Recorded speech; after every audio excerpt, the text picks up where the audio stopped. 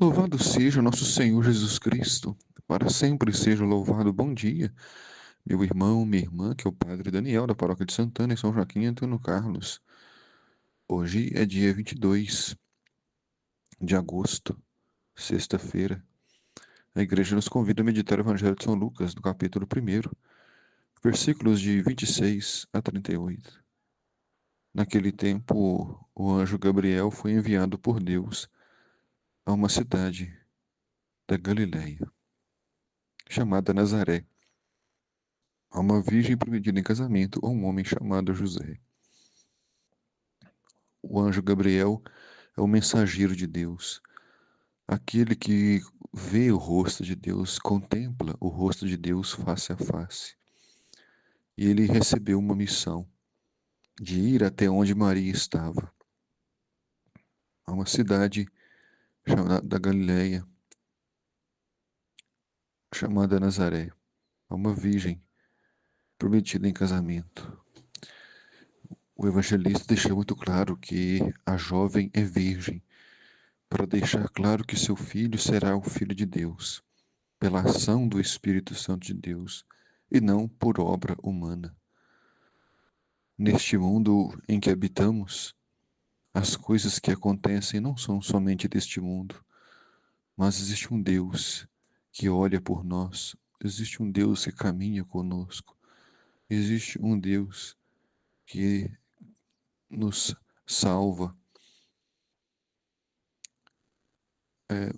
E Maria estava prometida em casamento a um homem chamado José. José também é muito importante porque ele é descendente de Davi. E isso se cumpre as profecias que haviam dito que um descendente de Davi iria ocupar o trono.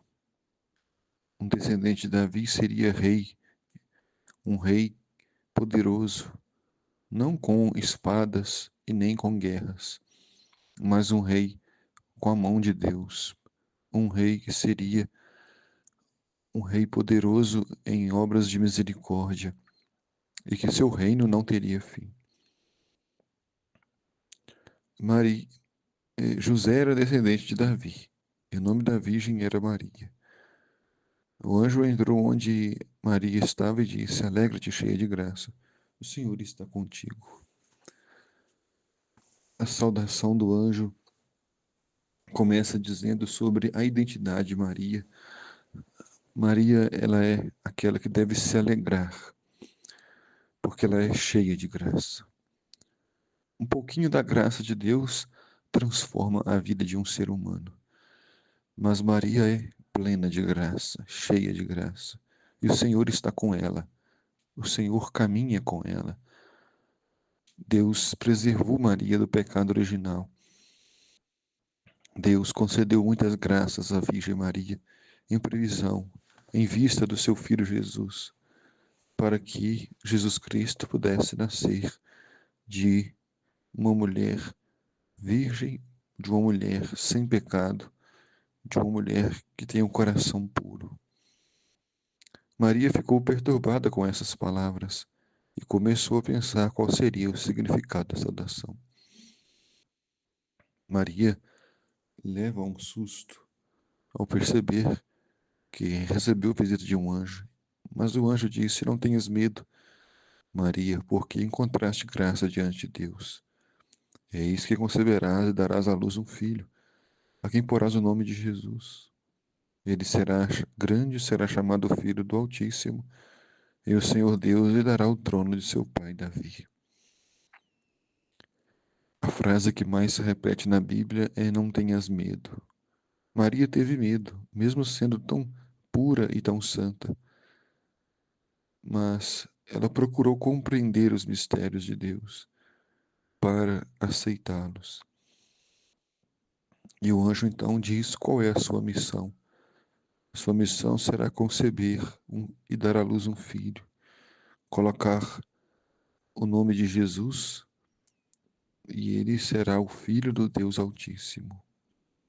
E o seu trono será o trono do pai Davi. Ele reinará para sempre. Maria perguntou ao anjo como acontecerá isso se não conheço homem algum. O anjo respondeu: O Espírito virá sobre ti e o poder do Altíssimo te cobrirá com sua sombra. Por isso, o menino que vai nascer do seu ventre será chamado Filho de Deus Altíssimo.